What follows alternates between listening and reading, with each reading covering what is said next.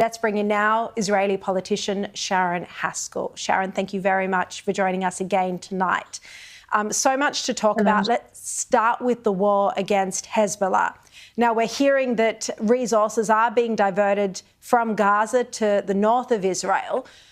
Are you expecting a major war now between Israel and Hezbollah in Lebanon?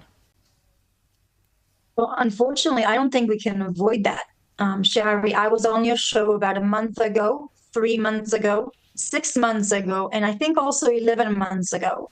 And all of that time, for 11 months, Hezbollah has been attacking Israel with rockets, civilians, destroying towns in Israel, massacring children and elderly, people who fled from their homes are refugees here in Israel, tens of thousands.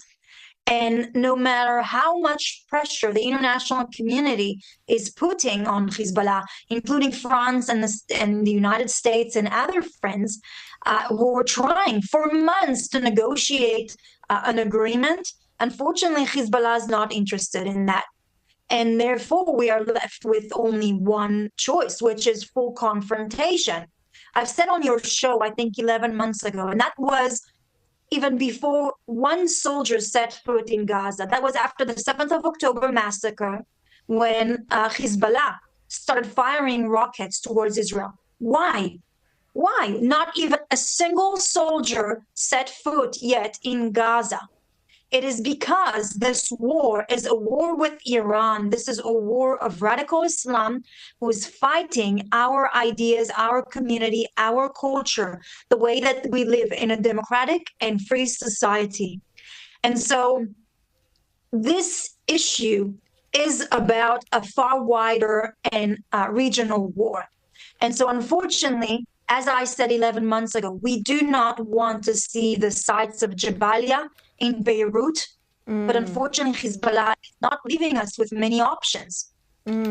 So have you been briefed, you're a member of the Israeli parliament, the Knesset, have you got other information you can share with us on what the end game is here? Are you expecting there to be widespread or even wider strikes, despite the United States trying to de-escalate the situation, tell Israel that, it shouldn't defend itself against Hezbollah? Well, there's only, there's a very simple step that can be made in order to stop this escalation and this confrontation. And it is that Hezbollah will go back to the Litani line, the resolution, of the Security Council and the United Nations that brought up that Hezbollah cannot advance more than that line was broken. And so if they want the de-escalation, they need to go back behind this line. We've said it numerous times throughout all these months. We need that in order for our people, our families, to be able to go back to their home safely without being worried that their home is going to be hit by RPGs, by missiles. Children that goes to play soccer won't be massacred in the middle of the game. That's the only thing that we want. We want to be able to go back to our life living safely and securely. And for that, Hezbollah needs to go back behind the Litani River line. Sharon, I've spoken to you before on the program about how the Australian government has given almost 3,000 tourist visas, visitor visas, to Gazans without proper security checks. Well, we've now learnt just on the weekend that some of the security checks actually didn't happen until after the Gazans had arrived in Australia. Given your intimate knowledge of the situation, how concerned would you be about the Palestinians arriving here without security checks, about whether they might support Hamas or the October 7 attacks? So I would be extremely worried. I mean, this is Australia importing, the problems of the Middle East.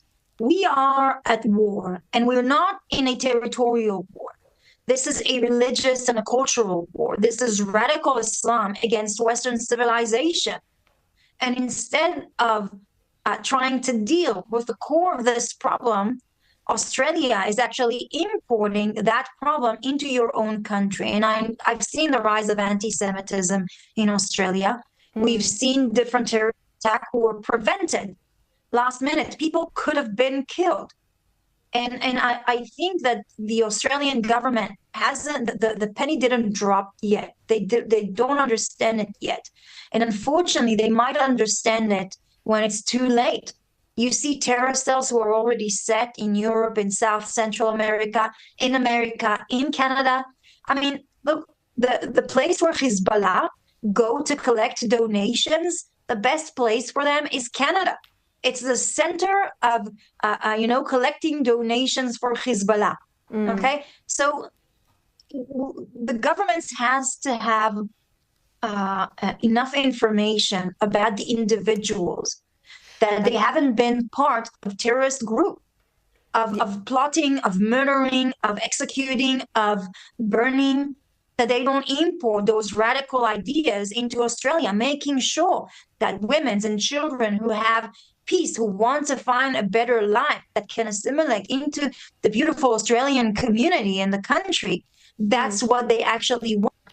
Yeah, it's a highly concerning situation. We should not take our peaceful country for granted.